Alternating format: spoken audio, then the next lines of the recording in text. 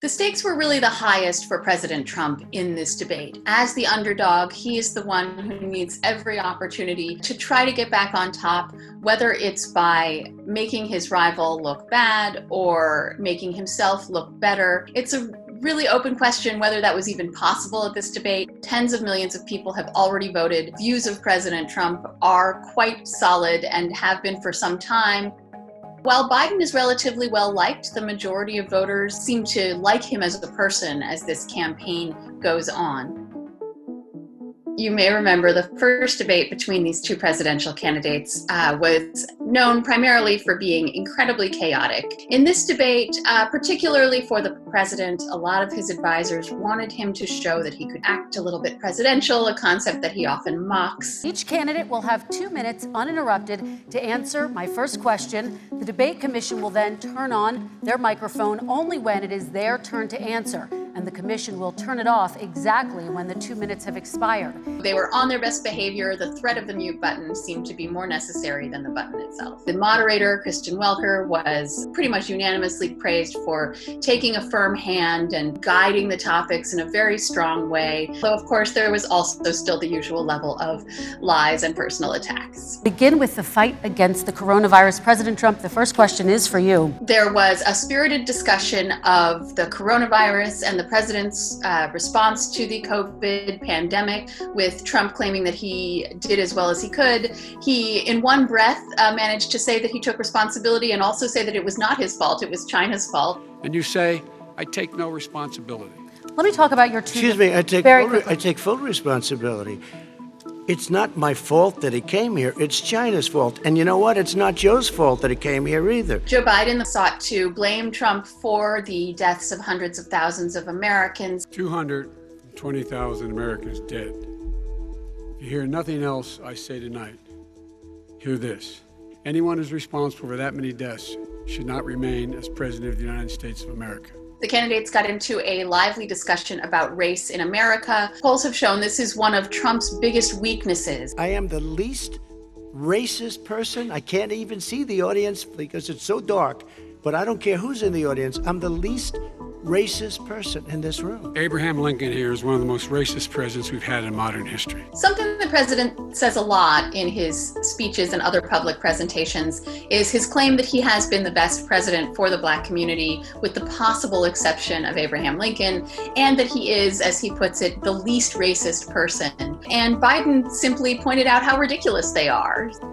While Trump attacked Biden's record on issues of crime. You have done nothing other than the crime bill, which put tens of thousands of black men mostly in jail. All right, let me ask remember Vice it because President if you Biden look a at what's question. happening with the voting right now, Let me ask they Vice remember President that Biden you treated them very, very badly. The candidates were both trying to argue that they would be more merciful toward particularly incarcerated people, rather than arguing that they would be more tough. Immigration has always been one of President Trump's signature issues, but in the debate, Joe Biden sought to cast his immigration policies as immoral and as a sign of the decency that he would like to restore to presidential politics. 500 plus kids came with parents. They separated them at the border to make it a disincentive to come to begin with. Real tough, we're really strong. And guess what? They cannot, it's not coyotes didn't bring them over, their parents were with them. They got separated from their parents.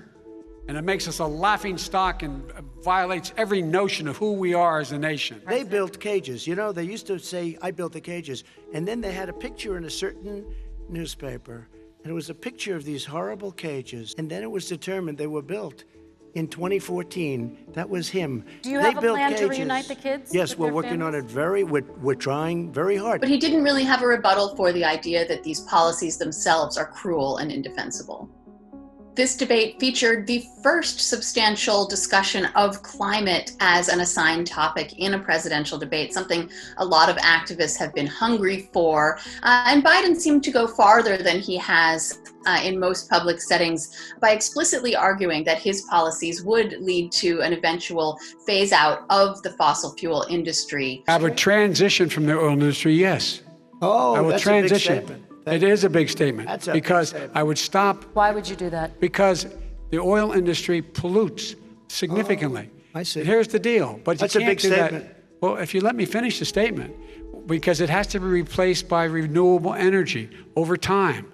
And I'd stop giving to the oil industry, I'd stop giving them federal subsidies. Which Trump seized on and pointed to as something that voters in places like Texas and Pennsylvania might not like. But it is certain to warm the hearts of a lot of climate activists who have been pushing the Biden campaign to be more aggressive on this issue, which they view as existential.